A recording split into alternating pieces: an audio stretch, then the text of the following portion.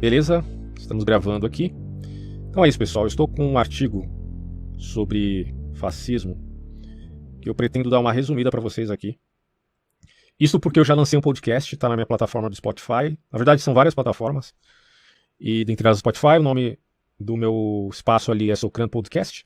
Vocês podem escutar a aula, é muito grande, ficou 2 horas, acho, de aula ali, pouco mais que isso.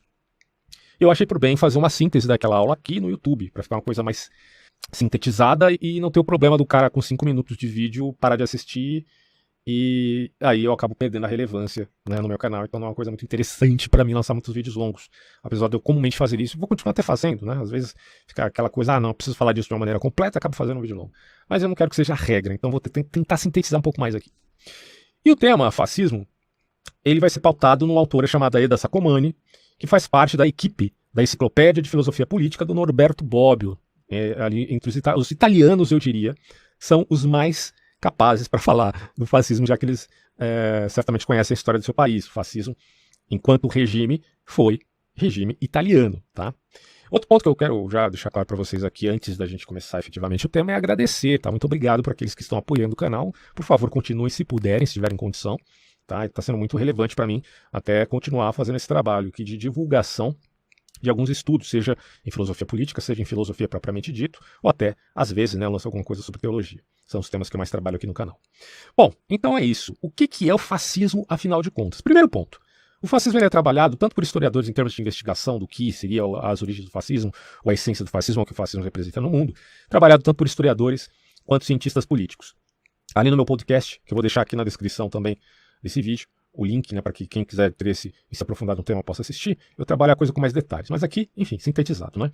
Historiadores, cientistas sociais e cientistas políticos podem falar aqui também sobre fascismo. O fato é que o conceito de fascismo ele tem uma pluralidade de enfoques. Esse é o primeiro ponto. Você pode pensar o fascismo de várias maneiras, porque ele tem várias facetas. Mas isso não implica que você deva chamar tudo de fascismo, como a esquerda comumente faz em via de depreciar os seus inimigos políticos. Daí, o fascismo ele deve ser pensado em pelo menos 2 concepções ou abordagens. A primeira é no aspecto histórico do regime militar italiano, ou paramilitar, tem uma mistura aí, mas o regime italiano, digamos assim, que foi de 1919 até 1945. E a segunda forma de pensar o fascismo é como um movimento de caráter ideológico, tanto que muita gente abrange o conceito de fascismo para o hitlerismo ou nazismo propriamente dito na Alemanha. Né? Então essa já tem uma abrangência do que seria o fascismo aí. Ok, então seja como regime político, seja como movimento de caráter ideológico que vai além das suas próprias fronteiras geográficas. Em ambos os casos, o fascismo rompe com a burguesia e rompe com o proletariado, e por isso ele causa muita confusão. Como explicar um movimento assim? Ele rompeu com a burguesia, mas o problema não é a burguesia para o marxista? Pois é. Ah, mas ele rompeu com o proletariado. Mas o problema não é o proletariado para a direita liberal? Pois é. Não que a direita liberal ache que o proletariado é um problema. Seria um problema se eles causassem ruptura no tecido social, né? Aí seria um problema. Mas, em geral, não necessariamente. Bom, mas fato é que o fascismo rompe das 2 formas. Por isso, meus amigos, apesar disso, aliás, o exagero de dizer que tudo é fascismo denota o fato de que, se assim fosse, nada seria fascismo. Porque o uso do termo não pode ser de maneira indiscriminada. É uma dos enfoques aqui desse artigo. E eu concordo, evidentemente. Porque a esquerda comumente aí tem essa postura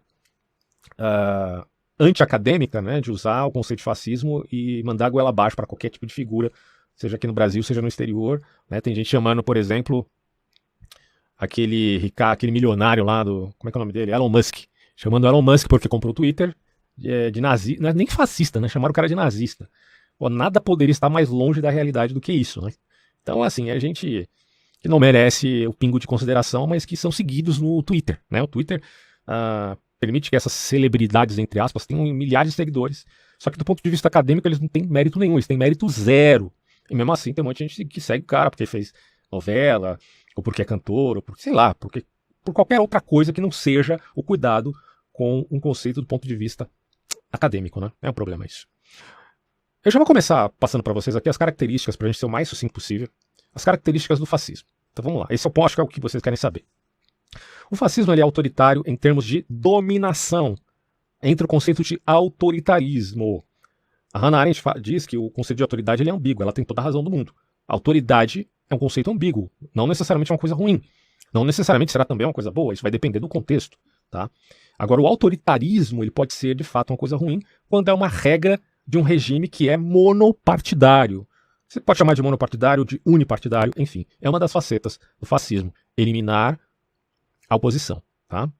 É engraçado, mas isso não acontece na China, isso não acontece na Coreia do Norte, isso não acontece, enfim, em vários outros lugares aí, em países autocráticos. Sim, acontece. E eles são fascistas? Diga você. O fato é que o unipartidarismo é um dos elementos do fascismo. É, portanto, um partido de massa coletivista. E por que é um partido de massa?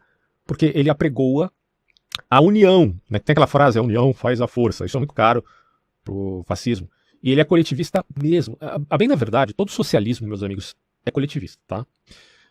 Só que a diferença do comunismo e do fascismo, em termos de ambos serem coletivistas, mas serem diferentes, é que o fascismo apregoa aquele símbolo das faces ou feixes, né? São pequenos galhos juntos, amarrados, porque quando um está sozinho é fácil de você quebrar, igual um palito. Agora, quando todos estão juntos, bem amarrados, eles podem formar o tronco para segurar o machado. E aí cortar até uma árvore. Então, unidos, eles são mais fortes. Essa é uma das métricas do fascismo. E não só isso. Apesar de você ter esses feixes bem amarrados, você tem aquilo que faz a ligadura, que seria o líder. Então, por esse líder fazer a ligadura, existe um culto do líder, existe uma espécie de messianismo político, uma superexaltação, quase uma santificação. Costumo colocar isso aqui como acontecia ali no Gadareno. Conhece a história bíblica do Gadareno? Pois é. O cara tinha uma legião.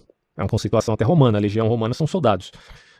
O evangelista usa essa leitura, assim, essa figura, né, de linguagem para dizer que existe uma legião de demônios dentro de um único homem. Porque todos eles juntos eram fortes para dominar um único indivíduo e possuí-lo. Bom, segundo o que a história nos mostrou a respeito do fascismo, pois bem, o fascismo é exatamente isso, uma legião. Tanto que o fascismo é muito caro enquanto uma herança romana, certo? Uma herança da Roma antiga, mantendo essa perspectiva de unidade dominadora, arbitrária e autoritária, mas autoritária num sentido ruim do termo. Por isso que eu coloco aqui como uma legião dominando o Gadareno. Foi o que aconteceu e que geralmente acontece em sistemas de caráter fascista. Há uma colaboração de classes ali no fascismo ao invés de uma luta de classes. Então aqui a gente tem a grande diferença entre fascismo e comunismo. O comunismo ele vai falar de uma luta de classes. Ah, mas o comunismo é coletivista. Pois bem, é coletivista. Só que inicialmente, para que esse coletivismo se abranja num comunismo perfeito, há necessidade de você ter uma luta de classes em via de acabar com as ideologias que servem como cortina de fumaça dos problemas de relações econômicas, que são varridos para debaixo do tapete, segundo o que dizia Marx e Engels. Bom, se no comunismo há essa luta de classes, no fascismo é o oposto. Há uma colaboração de classes. Então, todos sabem o seu lugar e eles são como um corpo orgânico em via de levar a nação a se tornar grandiosa. Por isso que eles são nacionalistas. Tem um caráter socialista que a gente vai ver daqui a pouco, mas é de apreensão, repito aqui, ultranacionalista. Não é só nacionalista, é ultranacionalista. Aí você fala, então o comunismo é melhor. Bom, veja bem. O comunismo é um coletivismo de caráter global. Por isso ele é internacionalista. Ele quer que o coletivismo seja de apreensão universal. Agora, o fascismo é um coletivismo, como eu disse aqui, ultranacionalista. Certo? Então, tanto o coletivismo global quanto o ultranacionalista, eles são antiliberais. E sendo antiliberais, eles geram ali uma ruptura no tecido social, inevitavelmente. Tá? Porque eles precisam mudar muita coisa. Eles precisam destruir para construir em cima. Certo? Aliás, se a gente for ver o fascismo, nem tanto. O fascismo não precisa de tanto trabalho assim para se manifestar. Talvez por isso que ele seja, em muitas ocasiões, dependendo do contexto, mais perigoso. Porque ele pode se manifestar sem todo esse trabalho de ter que destruir tudo para construir em cima, né? Como é no caso do comunismo. Agora, o comunismo, se a gente for ver, causou mais mortes no século XX do que o fascismo. É só fazer a conta. Né? Para isso, eu repito aqui o nome do politólogo R.J. Rummel, que trata desses temas. Ele vai dizer que tanto o fascismo como o comunismo são terríveis, mas do ponto de vista de número de mortos das autocracias do século XX, a ditadura do proletariado realmente foi mais eficaz na destruição de vidas humanas, mesmo procurando um futuro melhor. Mas o fato é que tanto o fascismo coletivista, quanto o comunismo, ou socialismo, como queira, são terríveis. Terríveis do ponto de vista pragmático, embora na teoria sejam bem diferentes. Outro ponto. O fascismo despreza o individualismo, por isso que ele é completamente antiliberal. Você vai ver que algumas vertentes marxistas vão dizer que o fascismo é a manifestação do capitalismo imperialista, que é um engodo do ponto de vista da análise, pelo menos na minha opinião, porque parte do pressuposto marxista que já caiu por terra, né, em várias frentes, inclusive. Isso aí eu explico em outros áudios, vocês podem pesquisar aí tudo que se refere à política no meu canal. Eu ainda vou dar umas palhinhas aqui também. Bom, o fascismo opõe-se ao socialismo e ao liberalismo, era um sistema corporativista ali na Itália. Para quem não sabe, o corporativismo é aquela coisa de uma organização da sociedade em vários âmbitos, tá? Por vários grupos. Então, a organização da sociedade contempla associações, sindicatos, os militares, as apreensões tecnológicas e científicas, enfim. Se a gente for pegar o próprio conceito de corporativismo, ele vem da palavra latina corpus, é como um corpo humano, e tem tudo a ver com o fascismo, porque o fascismo tem essa apreensão de uma organicidade para aumentar ainda mais essa tal unidade que eles querem apregoar aí, para evitar a luta de classes que seriam tão ruins. Só que é um falso dilema você pensar que ou você tem que ter luta de classes ou você tem que ter colaboração das classes. Na verdade, o que há necessidade numa sociedade sadia é a mistura entre direitos e deveres e liberdades individuais. Isso que é o importante. Então a gente não precisa ficar preso nessa falsa dicotomia entre luta de classes ou colaboração de classes para se tornar uma legião de capetinhas numa sociedade, né? Porque no fascismo o cidadão civil ele é como que um paramilitar. Isso aí é bem problemático. Eu estou meio preocupado com essa coisa do bolsonarismo, depois eu falo a esse respeito. Bom, outra coisa. Essa faceta corporativista, que é tão apregoada no fascismo, por incrível que pareça, isso vai certamente chamar a atenção de vocês aí, aparece nas organizações internacionais do Ocidente. Essas progressistas que eu já citei várias vezes aqui no meu canal, tá? Tudo bem, essas organizações internacionais ela têm uma agenda de caráter democrático, mas que muitos críticos chamarão de cosmocrático, porque ela tem várias facetas parecidas com aquele nacionalismo. Claro que o cosmocrático tem a ver com o cosmo, tem a ver com o geral, tem a ver com o global, não tem a ver com uma nação única. Bom, então vocês pensam o que nessas organizações internacionais? Bom, elas são corporativistas. Até que ponto vai isso, eu não sei.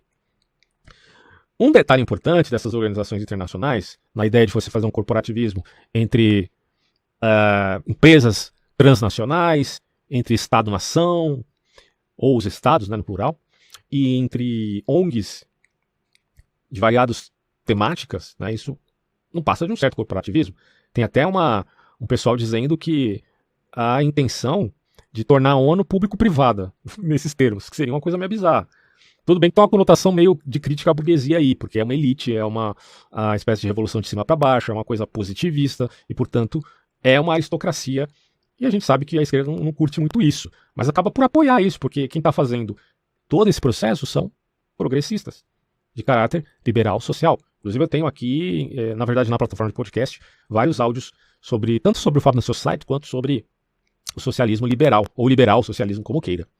É meio esquisito isso, né? Não estou dizendo que é um fascismo não, tá? Não sei se caberia aqui a conceituação de fascista para esses grupos.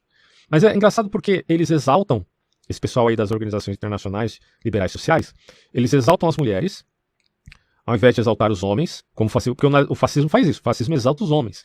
O fascismo apregou a masculinização e o culto ao herói, tá? Perceba que as organizações internacionais atuais do progressismo, eles fazem exatamente o oposto. Eles exaltam a mulher e o heroísmo da mulher. Enquanto o fascismo exalta uma nação, os cosmocratas das organizações internacionais exaltam o sentimento cosmopolita. Eu já disse aqui no meu canal antes que tanto o cosmopolitismo quanto o nacionalismo são sentimentos legítimos, desde que alocados de maneira moderada e correta, ao seu próprio tempo, ao seu próprio modo. Mas esses caras são bem exagerados, seja em termos cosmocráticos, seja em termos de ultranacionalismo. Ambos fazem mal ao mundo, é um fato. Bom, e portanto, essa galera aqui das organizações internacionais exaltam o globo, ao invés da nação. São como que um sinal trocado em referência ao fascismo. Se o fascismo diz isso, eles dizem aquilo. Se vermelho para eles, o verde é que vai parar. Eles inverteram o fascismo em várias situações, é só você perceber. Eu acho que a questão de gênero, de defesa das minorias, é bem cara a esse pessoal, justamente porque eles querem se contrapor a tudo que se refira ao fascismo. Só que às vezes a coisa cai numa certa dialética que ainda mantém aquele espírito beligerante. Tem gente tão beligerante hoje em dia nessa cultura do cancelamento que eles são fascistas ao avesso. E agora eu estou usando o fascismo de uma maneira muito abrangente. Tudo bem, julgue por si só. Eu já disse, eu não estou dizendo que esse pessoal é fascista estrito sensu. Mas às vezes eu fico meio com o pé atrás pensando, poxa, mas esses caras estão invertendo o fascismo a ponto deles mesmos se tornarem uma coisa parecida. Vamos lá, né, pessoal? Vamos manter um pouquinho de coerência aí com atribuições éticas antes dessa militância política, por favor. Bom, os fascistas, vamos voltar aqui a eles, eram inimigos da plutocracia, em apoio ao pequeno burguês. Tá? O pequeno burguês tem um papel assim, fundamental, por exemplo, no fascismo da Itália. E lembrando, o pequeno burguês é diferente da burguesia em si, tá? Ou da grande elite do capital financeiro. Isso precisa ficar claro. Essa coisa da plutocracia é engraçada porque o fascismo é justamente quem é o inimigo desses aristocratas podres de rico que querem mudar o mundo. Então parece que é uma inimizade entre o fascismo e o globalismo, se é que a gente pode usar esse termo aqui. Tanto que o populismo de direita muitas vezes é chamado de fascista porque ele se coloca contra essa coisa aí que é chamada de globalização ou globalismo. E ambos os termos, tanto globalização como globalismo, apesar de um indicar mais economia e o outro indicar mais política, eles podem se confundir também, tá?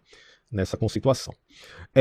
O fascismo é profundamente populista, apelando às raízes da nação, porém é paradoxalmente revolucionário e progressista. Em termos tecnológicos, ele é desenvolvimentista, promovendo uma socialização nacional de caráter político, com economia mista, onde a classe econômica presta contas a quem?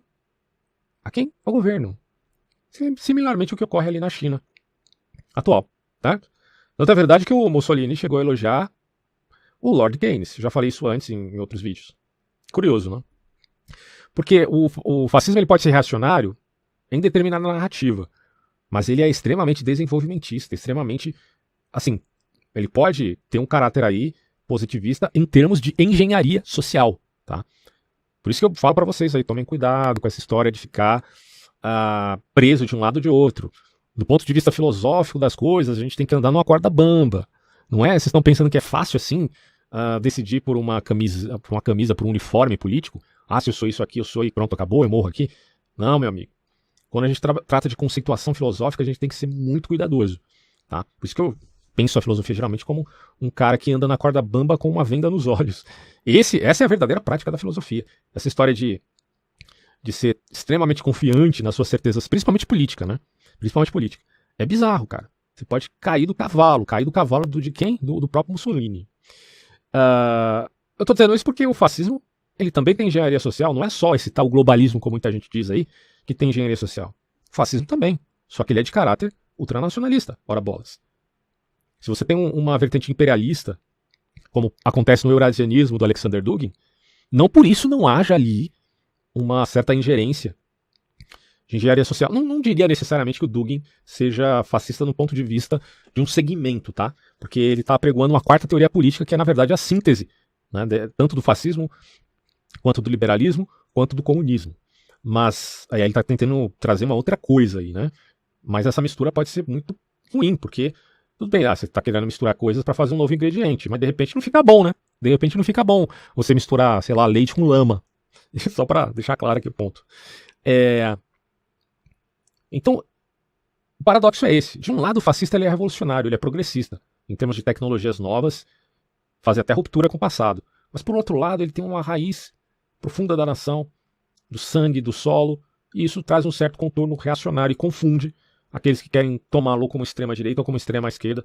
Acredito que de esquerda pouca gente diria que o fascismo seria assim. Mas eu acho que também não é necessariamente direita estricto sensu. A meu ver, ele nem cabe nessa espécie de espectro político padronizado que a gente tem, né? Não é uma coisa convencional, isso que eu quero dizer. E ele tem essa abrangência na economia mista que funciona, como acontece com a China. Eu não sei até que ponto ela funciona, mas funciona mais do que a economia planificada. Outra coisa, fascistas também, por causa do unipartidarismo, defendem um aniquilamento total da oposição, com violência e terror. Há ali censura e vasta propaganda. Claro, eles vão usar os meios de comunicação para fazer propaganda do próprio regime, como acontece aonde? Na Venezuela, em Cuba. Quer dizer, na América Latina, esses países que se dizem aí socialistas, misturando com o bolivarianismo, na verdade, a maioria deles age exatamente igual ao fascismo. A China também, né?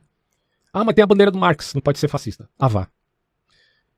Tudo bem, eu estou concordando com o fato de que há distinções a se fazer aí. Na China, em relação ao fascismo italiano, tem muitas diferenças, claro, não estou negando isso. Mas estou apontando para similaridades. Elas existem. Desculpa, existem. A mesma coisa a Venezuela.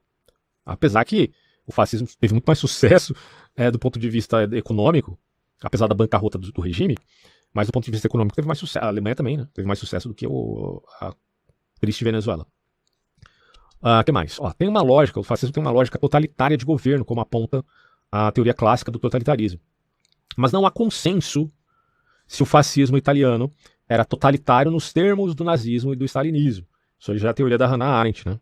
Que não toma o fascismo italiano igual ao regime nazista e stalinista. É uma polêmica que a gente tem aí a trabalhar do ponto de vista reflexivo. E um detalhe importante é que o fascismo, claro que isso é muito vinculado a uma certa conveniência, tá? Mas o fascismo inicialmente ele queria armar a população, ou vamos colocar assim, os civis que eram partidários do regime. Então havia uma preocupação ali no governo fascista de um lado, ter um aparato armamentício para aqueles que eram civis, vamos colocar assim, paramilitares, mas que apoiavam o regime. Só que, de outra monta, eles não queriam armar quem era contra o regime, lógico, né? Então ficava meio que essa coisa de tomar cuidado com quem você vai armar, mas ainda assim você quer armar o civil. E muita gente usa dessa retórica para dizer que, por exemplo, que aqui no Brasil o bolsonarismo quer fazer a mesma coisa, que é armar a população que o apoia em via de dar um golpe. E, assim, partindo do Bolsonaro, de tudo que ele fez desde que começou a governar até aqui, eu não duvidaria que isso pudesse acontecer, tá? Não estou dizendo que vai acontecer, que vai ser assim, né? Mas tudo indica que se ele perder as eleições, ele pode tentar alguma coisa. Ou os bolsonaristas que o seguem, de maneira fanática, podem tentar alguma coisa. Se isso vai acontecer ou não, eu não sei. Mas é bom a gente ficar esperto com esse tipo de coisa. Bom, e aí, eu vou tratar agora, deixa eu só abrir a outra imagem que eu tenho aqui, que é uma síntese do artigo. Repito aqui, pessoal, assistam, ou melhor, escutem o podcast, que é mais completo do que eu estou trazendo aqui. Estou trazendo de forma bem corrida o assunto, um resumo mesmo. Vou falar um pouquinho das teorias sobre o fascismo. Inicialmente, a autora vai dizer que existem duas abordagens, a abordagem singularizante e a abordagem generalizante. A abordagem singular, ela fala do fascismo enquanto fenômeno histórico da Itália, localmente, geograficamente localizado neste país, nessa data que eu mencionei, de 1919 até 1945. Só que essa abordagem singular a respeito do fascismo ela é muito minoritária hoje em dia, porque tem uma outra abordagem que é a generalizante, onde o fascismo é um fenômeno mais amplo, sendo, portanto, supranacional, você pode verificá-lo como um movimento e não apenas como um regime político. Então não cabe apenas falar do ponto de vista historiográfico, mas também nas duas esferas, entre a intrapolítica e a transpolítica. Mas qual é a diferença? Bom, primeira coisa, esses conceitos intrapolítico e transpolíticos eles fazem parte da abordagem generalizante.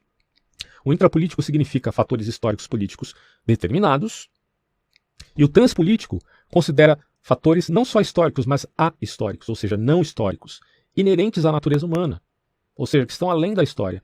Então, se um está preocupado com o aspecto historiográfico dos acontecimentos, que é o intrapolítico, o transpolítico, por outro lado, que também faz parte da mesma abordagem generalizante, vai falar de fatores ahistóricos. Quer ver um exemplo?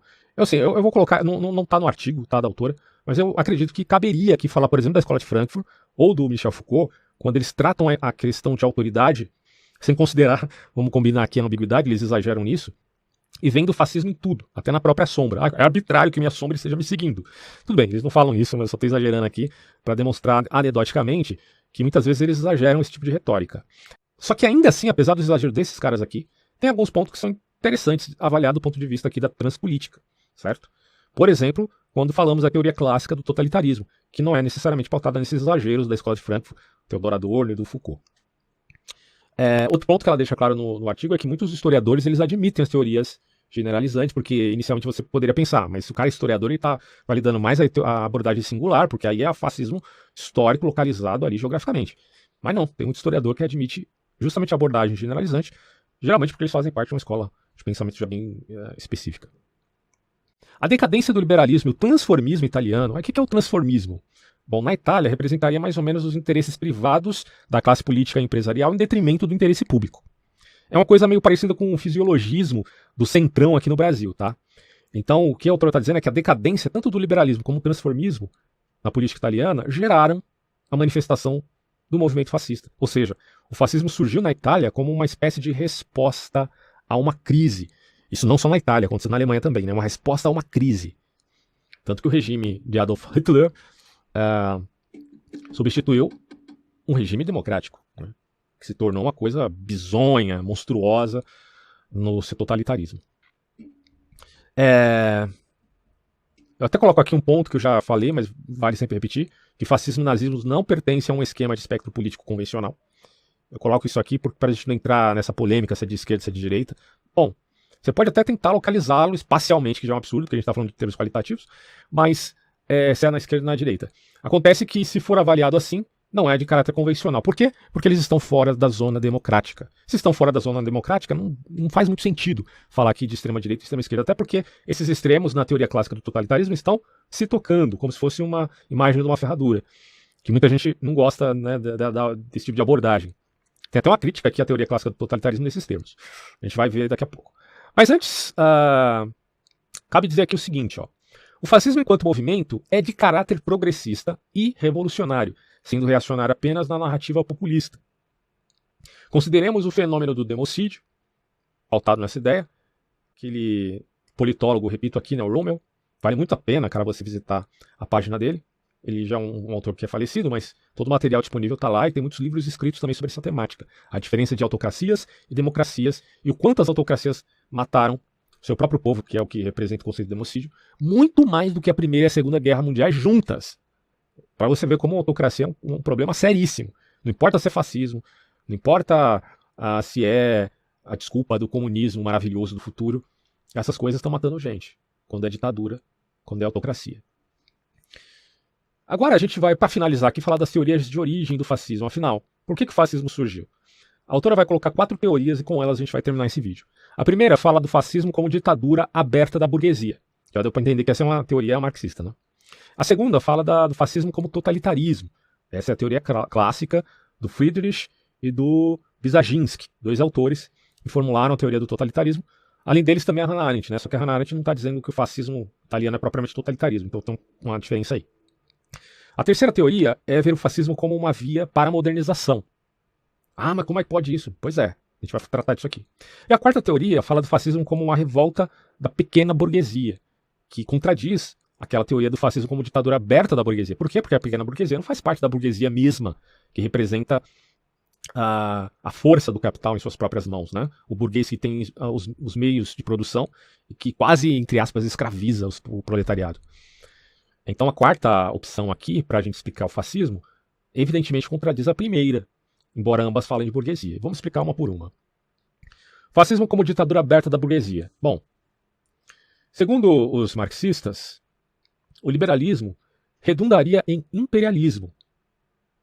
Tudo começa no liberalismo, mas por conta das contradições do capitalismo, por conta da luta de classes, o que vai acontecer é que o capitalismo vai se tornar um imperialismo, por isso que esse pessoal gosta tanto de falar de imperialismo americano, e o imperialismo, por sua conta, vai se transformar em fascismo, até que ele venha a cair e dar lugar ao socialismo, que por sua vez, segundo Lenin, daria lugar ao comunismo. Claro que isso é muito bonito no papel, mas a vida real é um pouquinho mais complexa, né? Porque essa apreensão marxista, ela é Marx e Engels, na verdade, ela é muito necessitarista, ou seja, é como se tivesse uma coisa fatalista. Vai ser assim, pronto, não tem como não ser. Mas não foi. E aí? Não foi, né? Então, fatalismo, o determinismo forte de Marx e Engels, assim, foi um erro muito crasso na teoria deles. Eu coloco aqui, isso é falso do ponto de vista da realidade e da diferença qualitativa entre liberalismo e fascismo. Porque nessa teoria aqui do fascismo como ditadura aberta da burguesia, é como se dizer assim, ó, Mussolini é um burguês. Onde? Onde que ele é burguês? O Hitler era um burguês? Não. É a mesma coisa você dizer assim, o grande capital dominou totalmente os políticos. Mas não foi o contrário que aconteceu? Não foi o poder do fascismo no âmbito político e da força militar ou paramilitar também, que dominou o grande capital e colocou o grande capital de joelhos? Para mim foi isso que aconteceu. Então não faz sentido você dizer que o fascismo é uma ditadura aberta da burguesia. Desculpa, isso não faz sentido nenhum. Cabe lembrar aqui também que o fascismo foi o culpado de prender Antônio Gramsci, né? Antônio Gramsci escreveu no cárcere suas obras em via de tentar minar o poder hegemônico por infiltração, porque ele mesmo foi uma vítima do fascismo, né? E aí cabe pensar o que foi pior, se foi o fascismo ou o comunismo ali na União Soviética. Mas o Gramsci, que vivenciou a opressão do regime fascista, é difícil a gente tentar culpar o cara por ele não ser um rebelde, né? Porque, poxa vida, o regime era bizarro. Mas o que acontece é que o Gramsci também teria que considerar que o próprio comunismo foi também um regime mais do que opressor, até matou mais que o fascismo. Bom, essa é a primeira teoria. Vamos à segunda. Fascismo como totalitarismo. Como eu já disse, essa é a teoria de Friedrich Wiesaginski. O despotismo moderno seria uma novidade no mundo, e eles estão certos nisso, sem dúvida nenhuma. Aliás, eles concordam com Hannah Arendt nesse ponto, porque a forma de governo totalitário é uma novidade, nunca existiu isso no mundo, porque agora o mundo tem alta tecnologia industrial. Então isso fomentou um governo que não tem precedentes na história. Aí eles falam, a causa do fascismo seria fruto da sociedade de massa. É uma análise de caráter, portanto, morfológico, basicamente o estudo das formas aí, nesse caso, das formas externas, e tendo uma certa apreensão, não sei se vocês vão concordar comigo, mas me parece que tem uma apreensão aqui histórica. Claro que eles estão avaliando a história também, até coloca aqui, ó, sem negar o aspecto historiográfico, mas colocando em algum ponto como secundário, porque vem o fenômeno, tudo bem, claro, o fenômeno é histórico, né? Porque eles estão identificando o totalitarismo como uma nova forma na própria história, mas abrangendo a coisa além das especificações geográficas, entende? O que determinou certos eventos na Itália, na Alemanha e por aí vai. O fascismo seria então a burocratização de regimes políticos cada vez mais afunilados, totalitarismo, portanto, sendo a tendência de dominar todas as esferas da vida humana. Hannah Arendt concordaria com isso. Não o fascismo propriamente italiano, mas fascismo enquanto o nazismo e o próprio stalinismo tendo essa faceta. Nazismo, fascismo, stalinismo, maoísmo, segundo Friedrich Wiesaginski, não se diferenciam nisto. Eles se diferenciam em vários aspectos. Eles concordam em fazer as distinções necessárias de caráter ideológico e pragmático. Mas os frutos aparecem iguais, que é a destruição da vida como a conhecemos, da natureza humana. Na verdade, quem aponta mais essa coisa de mudar a natureza humana é Hannah Arendt. Esses dois não tem esse enfoque. Eu já tenho também uma aula preparada sobre a teoria clássica do totalitarismo. A gente vai abordar isso com mais detalhes posteriormente. Então, nazismo, fascismo, stalinismo, maoísmo, segundo esses autores, eles não se diferenciam muito, a não ser em graus, tá? Claro, tem essa diferença. Por quê? Porque é um aparelhamento do Estado da tecnologia. Ponto. Eles se valerão disso, não importa a ideologia. No entanto, a autora ela vai destacar aqui problemas da teoria clássica do totalitarismo frente à interpretação do que seria o fascismo, tá? Eu resumi a coisa em 3 pontos fundamentais. Primeiro, o fascismo se consolidou em países com um sistema de estratificação social rígido e estruturas tradicionais fortes. Então, a sociedade de massa, que é uma das abordagens da teoria do totalitarismo, não parece ser uma explicação completa a respeito do fenômeno chamado fascismo, já que ali, na origem do fascismo, existia uma estrutura tradicional forte e uma estratificação social rígida. Não era necessariamente massificado nos termos do totalitarismo. Um segundo ponto de crítica a essa teoria é que alguns dizem que a ênfase morfológica obscurece a análise do momento histórico a se avaliar. Mas aí é aquilo, né? Os próprios autores consideram esse ponto e dizem, não, a gente não deixou de avaliar os pontos históricos aqui. Nós estamos dizendo que, de modo geral, a manifestação do fenômeno aparece com muitas semelhanças. A grande questão aqui é que a ênfase é mais nas semelhanças do que nas diferenças. E os críticos têm uma ênfase mais nas diferenças do que nas semelhanças. Basicamente é isso. E, em terceiro lugar, os críticos dirão que o conceito de totalitarismo parece ser excessivamente amplo, o que impediria, digamos assim, discriminação de um regime e outro, né? Você fazer diferença, distinguir um regime de outro. Porque quando você diz tudo é totalitarismo, você perde um pouco o enfoque do caso e fica preso na generalização. Mas aí eu coloco um parênteses aqui. Evidentemente que a teoria clássica do totalitarismo concebe essas críticas e ela mesma faz as diferenciações. Mas, repito, a ênfase continua sendo nas semelhanças. E o terceiro ponto? Bom, muitos hoje estão interpretando o fascismo como uma via para a modernização. Acredite se quiser. Não é que é um elogio, mas é que o fascismo ele ultrapassa, diz a autora, a via agrária a caminho da industrialização. Isso de fato aconteceu. Então houve uma modernização por conta de tornar a economia aquecida com a industrialização. Ele rompe com essa coisa do agrário, da economia fisiocrática. Lembra? Os fisiocratas acreditavam numa economia de base agrária. Fascismo não. Fascismo é industrialização bruta. Eles falam, claro, eles falam de corpo orgânico, mas no final se tornaram uma grande máquina. Era mais maquinação do que organismo. E daí isso faz frente tanto ao liberalismo burguês quanto ao socialismo. Por quê? Porque é desenvolvimentista e diretista, há uma direção econômica, há uma intervenção econômica. Eu repito aqui, por isso que o Mussolini elogiou tanto o Lord Keynes, porque o Estado vai intervir na economia. Vai ser um neodesenvolvimentismo, uma coisa parecida com o mercantilismo.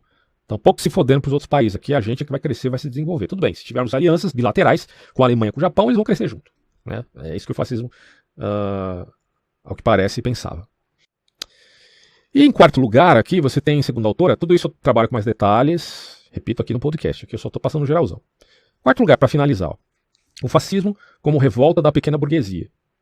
Então o que é a pequena burguesia? São os funcionários públicos, trabalhadores semi-autônomos, pequenos empresários de pequenos negócios, e por aí vai, né? Generalizando a coisa. Então a pequena burguesia, em termos históricos, de fato ela teve um papel importante no fascismo italiano. Isso foi desconsiderado, por exemplo, na interpretação marxista. Na verdade, teve alguns marxistas que até consideraram isso. Mas por quê? Porque se pensava que o problema do capitalismo eram os grandes burgueses, não os pequenos. Mas os pequenos tiveram um grande papel no fascismo. E aí? Bom, só que essa burguesia, se a gente for ver no contexto geral do fascismo, desde os seus primórdios até o seu final, ela não teve um papel de liderança efetiva no regime. Então, tem dois pontos a se considerar aqui. Primeiro, a pequena burguesia não foi instrumento do grande capital, como dizem a primeira teoria marxista, de que os grandes burgueses são os fascistas. E, em segundo lugar, apesar disso, a própria pequena burguesia não teve um papel preponderante na liderança do fascismo. E aí eu coloco aqui como um caráter hipotético que a pequena burguesia foi, na verdade, uma mobilização por conta de um elemento populista do fascismo em relação ao povo. E não que tenha sido uma instrumentalização do grande capital, como dizem esses mesmos marxistas.